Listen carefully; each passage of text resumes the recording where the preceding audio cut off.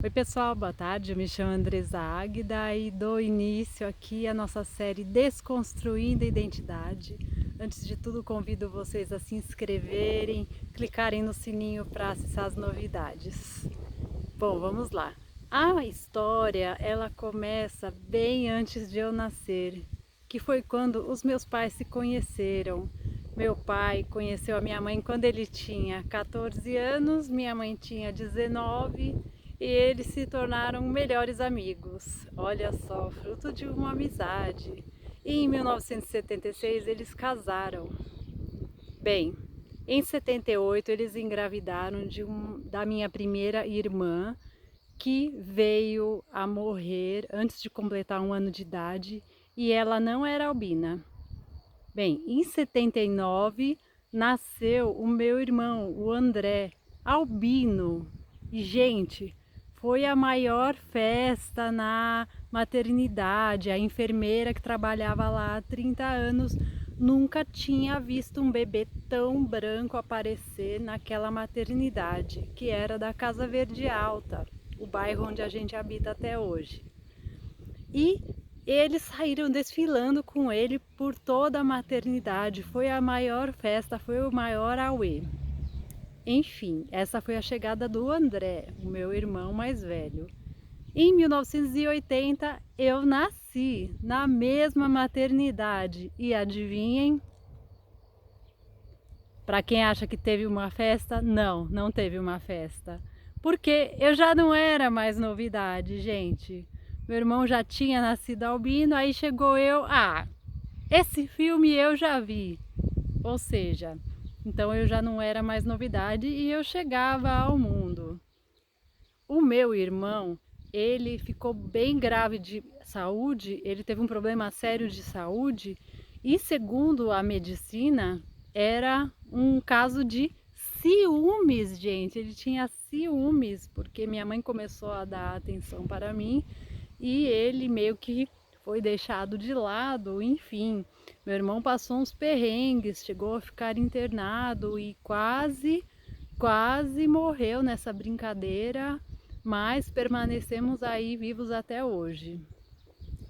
Em 1983, minha mãe deu à luz a mais uma pessoa albina, que era o meu outro irmão, o Marcos. Ou seja, éramos 3 crianças e a minha mãe para cuidar de todas nós. E assim, ela conta que segurava um no colo, com a outra mão mexia a colher no fogão e enquanto isso outro ficava no chão. Então assim, não foram períodos muito fáceis, foi uma experiência bem complicada, mas assim, ao mesmo tempo desafiadora. E até então os meus pais não tinham conhecimento algum acerca do que era de fato albinismo, ou estimulação visual, ou pele, nada. Eles sabiam que nós éramos brancos e possivelmente alguém falou, são albinos, mas e tal, mas ninguém deu uma informação a fundo para eles acerca da nossa condição como pessoa albina. Tanto que eu vim a usar óculos apenas com os 3 anos de idade, gente. Mas eu brinco muito e eu conto muito que logo que eu saí da barriga da minha mãe veio toda aquela claridade que o médico colocou um óculos escuro em mim. Eu uso isso muito para tirar um sarro, no sentido de quando as pessoas perguntam, você usa óculos desde quando? Eu falo, quando saí da barriga da minha mãe, o médico já colocou um óculos para quebrar a claridade. Então, a gente usa muito esse tipo de comentário. E bem, durante a infância, né, até os 7 anos, assim, vou levar esse vídeo até essa fase, digamos assim, nós tínhamos uma infância bem feliz. Nossos pais eram bastante amorosos conosco. Nós viemos de uma família muito grande, onde minha mãe tinha 10 irmãos, meu pai 5, todos com 3, 4 filhos. Então, assim, nós éramos muitos primos. Então, assim, A nossa infância foi deliciosa, no sentido de que o meu avô, ele se vestia de Papai Noel. Até os 7 anos de idade, eu acreditava fiamente que haveria um Papai Noel de verdade, quando na verdade o Papai Noel era o meu avô. Mas era algo muito gostoso de se viver. Nós íamos muito para a casa da minha avó. Lembranças que eu tenho de subir nas cadeiras para pegar o açúcar. A gente comia muito pão francês com açúcar. Saúde total, gente. Cuidado total com a nossa alimentação. Mas assim, esses sabores doces da vida a gente lembra com muito carinho. E lembro muito da minha avó estressada com aquele tanto de crianças brincando de túnel com as cadeiras, passando por debaixo das cadeiras. E nós brincávamos de polícia e ladrão, detetive, e subíamos na estante. E minha avó tinha uma cadeira de bambu que era maravilhosa e a gente disputava para ver quem ia sentar naquela cadeira de bambu maravilhosa. Ela não fazia nada, não balançava nem nada, mas era uma cadeira redonda, grande e muito gostosa. Então, assim, são lembranças doces e muito amorosas. E eu, com 5 anos de idade, eu tinha muito hábito de fazer oração. Eu lembro de a minha mãe, ela ter ensinado algumas orações, ela lia muito livros sobre o poder da mente e ela ensinava umas orações para mim. E aí, os meus tios se divertiam muito, porque eu tinha 5 anos de idade e eles pediam para eu fazer oração. Ele falava assim: ah, eu tô sentindo uma dor, vem aqui, faz uma oração para mim. E aí eu colocava a mão sobre a testa e eu começava a oração. Eu só lembro o começo da oração: Deus que está dentro de mim. Enfim, eu não lembro mais da oração, mas eu lembro dessa sensação e era algo muito incrível, assim, era divertido. E assim, o meu irmão, o Marcos, ele tinha um humor um pouco mais aguçado, ele era uma pessoa mais alegre, assim, no sentido de divertido mesmo, né? Ele se divertia mais. O André, meu irmão mais velho, ele era um pouco mais nervoso, ele era mais estressado. E bem, voltando um pouco à nossa infância, vou tentar justificar para vocês verem como as atitudes elas podem ser determinantes na formação da nossa personalidade. Porque assim, voltando um pouco atrás da história, né? Todo mundo vive uma história do primeiro ano de aniversário, aquela festa de aniversário. E na época do meu aniversário de 1 ano, ou seja, o aniversário de 2 anos do meu irmão, que nós nascemos quase juntos assim, no mesmo mês. Eu nasci 3 dias depois, mas do ano seguinte, então comemorávamos o aniversário juntos. E no dia do meu aniversário de 1 ano, adivinhem, pasmem, gente, meu pai apareceu com uma namoradinha. Todo mundo sabia que ele tinha uma namoradinha, menos a minha mãe. Foi a última a saber da história.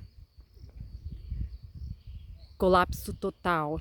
Minha mãe desesperada, quis se separar, situação desesperadora. Meus avós conversaram muito com a minha mãe. Meu pai pediu muito perdão para minha mãe, muito arrependido. Meu pai era um jovem, casou com 19 anos e minha mãe com 25. Enfim, foi aquele casamento onde a minha avó, mãe do meu pai, ela criticava, ela falava que a minha mãe era velha, como assim casar com uma velha? Enfim, porque minha mãe era mais velha que o meu pai, mas não tinha mais jeito, gente. Eles eram melhores amigos, estavam apaixonados, se casaram. Mas enfim, meu pai deu essa pulada na cerca. E aí, como fica? Separa, não separa, casa separa, separa a casa. E aí, Dona Alice perdoou, gente, perdoou. E eu digo isso com força e com toda a força, porque assim, o perdão, gente, ele foi muito determinante no sentido de nós crescermos dentro de uma família com um pai, com uma mãe, assim, juntos, né? Ter essa referência do pai e a referência da mãe. Meus pais estão casados até hoje e eu acho que eu não vejo eles fazendo coisas separados.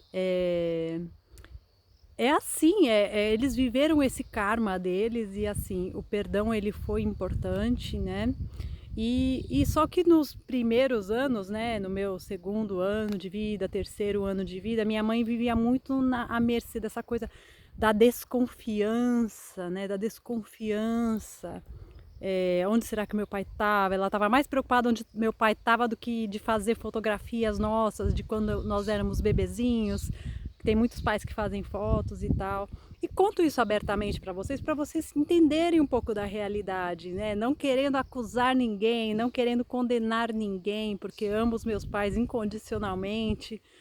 Meu pai, ele superou, né, toda essa fase, minha mãe também, assim, eles têm um ótimo relacionamento, mas naquela época foram tempos muito difíceis. Minha mãe com 3 filhos em casa, porque depois veio o Marcos Vinícius em 1983, e aí, só que a minha mãe, ela foi amolecendo, ela foi também amolecendo o coração dela e ela foi chegando aos poucos, né, com o passar dos anos, nesse lugar que chamamos de perdão, né, de perdão total, limpeza total, né, das mágoas, dos traumas, enfim.